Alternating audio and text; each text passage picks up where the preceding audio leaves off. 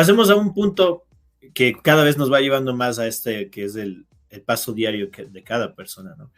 Eh, en el cristianismo o en la comunidad cristiana se suele tener la jerga de decir estoy pasando por pruebas, o estoy pasando por un desierto, estoy pasando por tribulación, haciendo alusión a palabras que encontramos en el texto bíblico y asumiendo pues que entendemos de esto.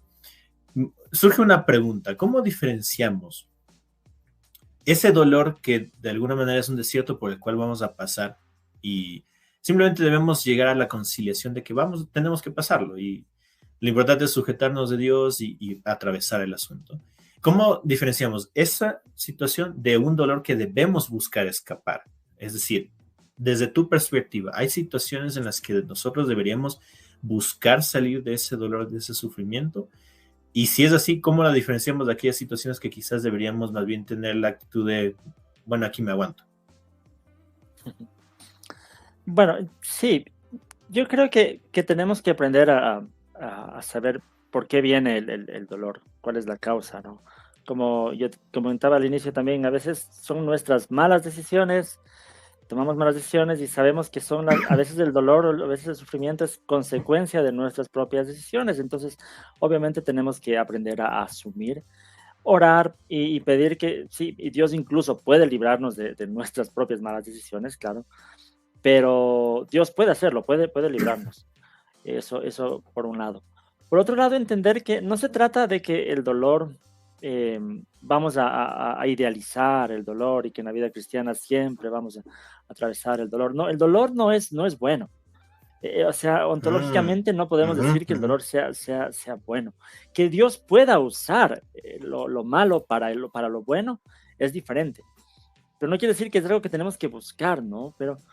Pero de alguna forma va a ser inevitable, pero no es que tenemos que buscarlo. Entonces, por un lado, diferenciar cuando se trata de nuestros propios dolores, nuestras circunstancias, cuando ya no depende de eso, cuando incluso a veces es por hacer la voluntad de Dios, comprender que tenemos que enfrentar el dolor y que si es que hay una opción de evitar ese dolor, que esa opción entender que sea haciendo la voluntad de Dios.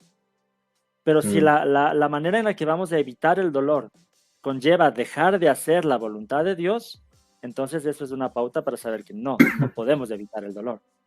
Si hacer la voluntad de Dios me lleva al dolor, tengo que asumirlo.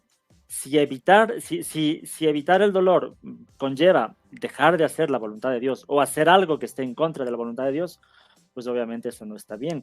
Mira, se me viene a la mente el caso de Jesús en el huerto de Getsemaní. No se trata de que Jesús buscó directamente el dolor cuando estaba en el huerto y sabía que iba a enfrentarse a la cruz, pero sabía también que esa era la voluntad de Dios y tenía que asumirlo. Y por eso incluso en el huerto Jesús ora y dice: Padre, si es posible, aparta de mí esta copa, pero no se haga mi voluntad sino la tuya. Y ese es el punto. Si hacer la voluntad de Dios me va a llevar a enfrentar dolor, pues tengo que asumirlo, porque es hacer la voluntad de Dios. Pero no se trata de que, bueno, a veces se puede idealizar esto y voy a buscar a propósito circunstancias que me lleven al dolor para decir es que estoy cargando mi cruz o cosas por el estilo. No, eso no tiene sentido. Se trata de si vamos a hacer o no la voluntad de Dios, ¿no? Ese punto creo que fue determinante y a algunos nos llegó. O sea, no idealicemos el dolor. Creo que es algo que lamentablemente en algunas expresiones del cristianismo se ha dado, de quizás buscar martirizarse por ciertas situaciones o pasar por algo o justificar las consecuencias de mi pecado como que si fuesen pruebas que debo soportar porque estoy en Cristo. Y me parece importante esa expresión que utilizaste, no idealicemos el dolor y no es algo que debemos buscar, no es bueno. Es inevitable quizás, pero no es bueno.